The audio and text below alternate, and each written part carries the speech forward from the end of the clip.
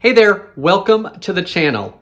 Today, let's make some quick and easy gluten-free wraps using 3 ingredients. I'm Jamie with SavorySaver. I share gluten-free recipes, tips, tricks, and resources to make your gluten-free lifestyle easier. So please consider hitting subscribe, and let's see how these come out.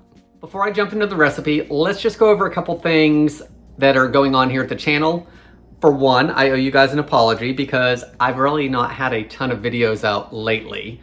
I am filming this just before Thanksgiving. I'm hoping to have it to you on Black Friday, so it's there for over the weekend when you guys are done with eating and shopping. And hopefully after that, I will get on my better schedule with my video postings back to, I'm doing at least 2 a week, I would like to. I'm a little scattered sometimes, and my wife will totally tell you that I am, and I have a hard time getting myself together and writing myself out lists. So I'm working on that. Also doing some stuff with Amazon. So that's taken a little bit of my time as well. So I'm trying to figure out that, meshing it together and just making sure I'm staying balanced. The other thing is I actually have a microphone on right now. I'm testing out to see how that goes. If you guys have watched me for a long time, I've never used a microphone on the channel. So hopefully this improves the sound a little bit for you guys. And I actually like it because right now it's not bothering me. So let's see how that goes. For today's recipe, it is quick gluten-free wraps with only 3 ingredients. It comes from the website, My Gluten-Free Guide. I will list the information below. Ingredients will be listed in the description as well. This is a UK blog site, and I say they're quick and easy because it's only 3 ingredients, and I've read through directions. They're not difficult, but it only makes 2 wraps. So the good and bad of that is if they suck, we're only out a little bit of ingredients. If they don't suck and I need more of them because Tara and I are having taco night or quesadilla night, then maybe we need to double up the recipe. With the 3 ingredients, I don't think we're gonna have any problems with that at all. Now, controversy. The ingredient used for the flour is Caputo's gluten-free flour blend. Those of you that are familiar with this know it uses wheat starch as the main ingredient for the gluten-free flour, and its binder is psyllium husk. If you have a wheat allergy, this is made with wheat. If you are celiac, technically there's no gluten in this, so it shouldn't bother you. However, we are all different. Use what's best for your body. Don't count on this not bothering you if you think it's going to. So a couple of my regular subscribers, we always go back and forth in the comments about the gluten-free wheat starch. It is gluten-free, and some of my subscribers use this and some of my subscribers do not. So do what's best for you. This isn't always super easy to find.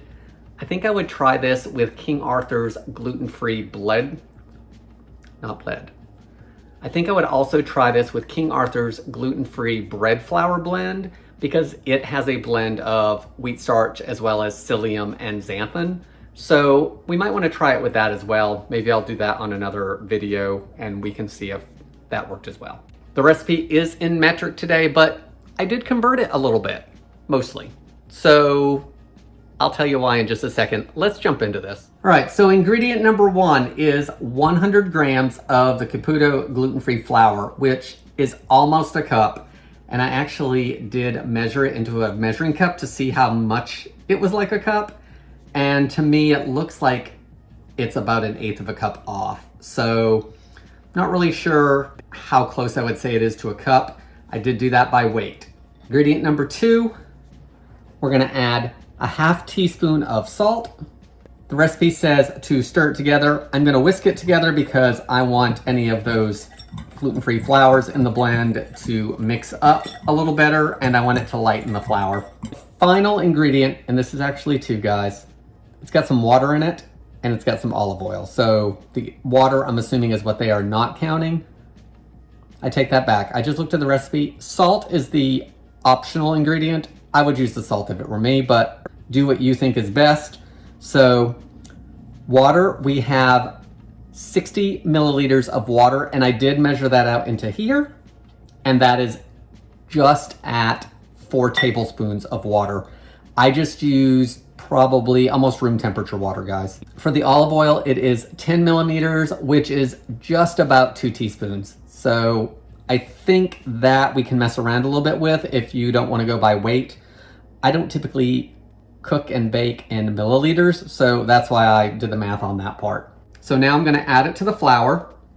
The recipe says to stir it until it's crumbly, and then we're actually going to knead it by hand.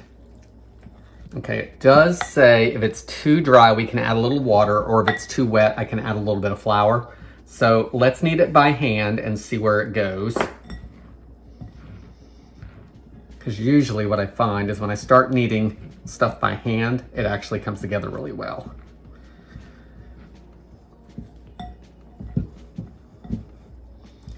Okay, it is pretty crumbly still. I'm gonna put some water back in the measuring cup, and I'm going to just put a couple drops at a time. So I'm gonna try to just do a little bit. And we'll see what that does.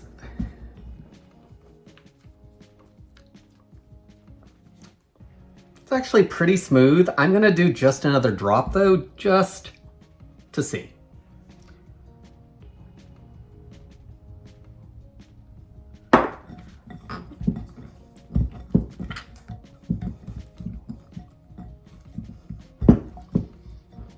Yeah, I don't think that hurt it. I don't necessarily know if I needed it, but I don't know that it hurt it. All right, so now I want to divide this into 2 pieces that are pretty close to the same size. So I'm going to flatten it, I think. And then I'm not going to be too precise with it. Those look pretty good. So now it says to roll it out, which, you know, is one of my favorite things to do on this channel. I don't like rolling things out because I'm not very good at keeping things even. So I'm going to sprinkle a little bit of gluten-free flour, and I've actually got the King Arthur measure for measure out. Whenever I roll out things, I try to grab one of the less expensive flours and not one of the more expensive ones like Caputo. We pay about $12 a bag for it, where this is about $10 and it's a bigger bag. So I like to grab the less expensive flours for things like this. Gonna dust this a little bit. Now it says to roll it until it's very thin, flouring both sides of the dough well, and flipping it as you roll it to make sure it does not stick. So let's see how this goes.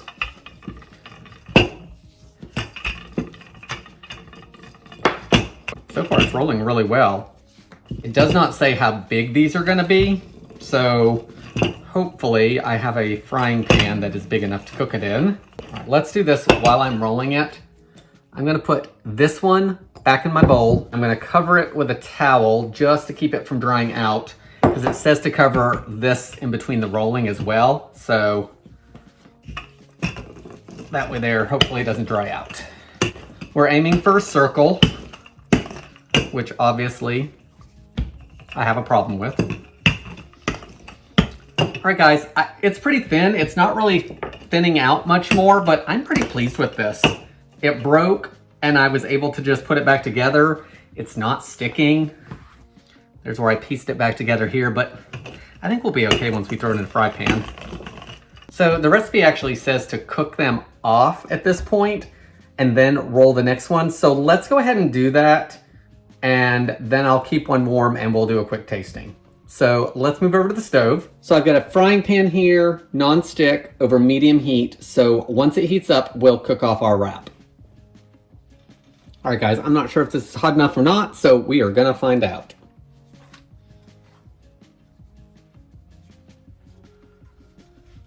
So I probably needed a little bit bigger pan, or I needed to roll it out just a little less.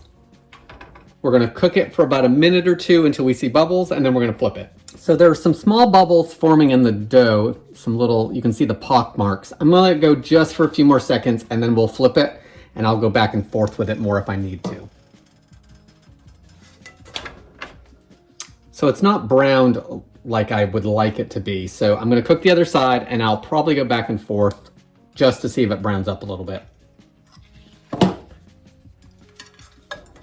All right, this one's falling apart a lot, so I don't know that it's gonna cook anymore though, because it's pretty dry. So let's take it out and do the next one. Okay, at the moment, this one appears to be doing a little better, so I'm gonna finish it up and then we'll give it a taste. All right, guys, let's talk about this recipe. So here's the first one, and it's missing because I've been munching on it. It's also missing because part of it broke off and fell onto the floor. So, and looking at this one, see, there it goes again. So in looking at this one, it does have some bubbles that have started, but they're not brown. And the photo in the recipe, they were brown. So I am thinking that it's my problem because I didn't let the pan heat up enough. It's only over medium. I almost feel like I should have bumped up the pan, but in any case, it didn't brown. So I think that's a me problem. I'm not sure why they're breaking. I kept them in a towel. When it came out of the pan, I put it in a towel again to keep it from drying out. So I'm not sure about what's going on with that, unless there isn't enough liquid, because all of our homes have different humidity levels and it may just need a little more water in the recipe today at my house. So I feel like the dough was what they said, but this is what I'm getting. Taste-wise, I think they're decent. To me, they taste like a flour tortilla. Not a whole lot of taste. Definitely needs the salt, but taste-wise, they're not bad at all. Like, I could make a wrap with this if I could roll it. So the other one, which is probably drying out a little bit more now because I've got it next to me. The other one, second one bubbled better, and there's also a couple bits of browning on it. So this would have been a hotter pan, so I'm wondering if that's why this one did better. Guys, what do you think of this recipe? Is it worth making? Is it not worth making? Is it a failure? Is it a success? Or is it a work in progress? Because some of you want to see failures, some of you don't. And, hey guys, so wherever I've placed this in the video, we're gonna have to do a little backtracking on what I've already said, because I'm actually filming this about an hour and a half after I made them and did the final scene for the video.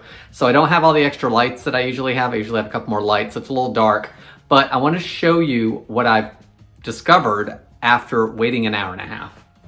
So I had the wraps just in a Rubbermaid container. Actually, this is probably a Gladware container, and they're not even in there that good.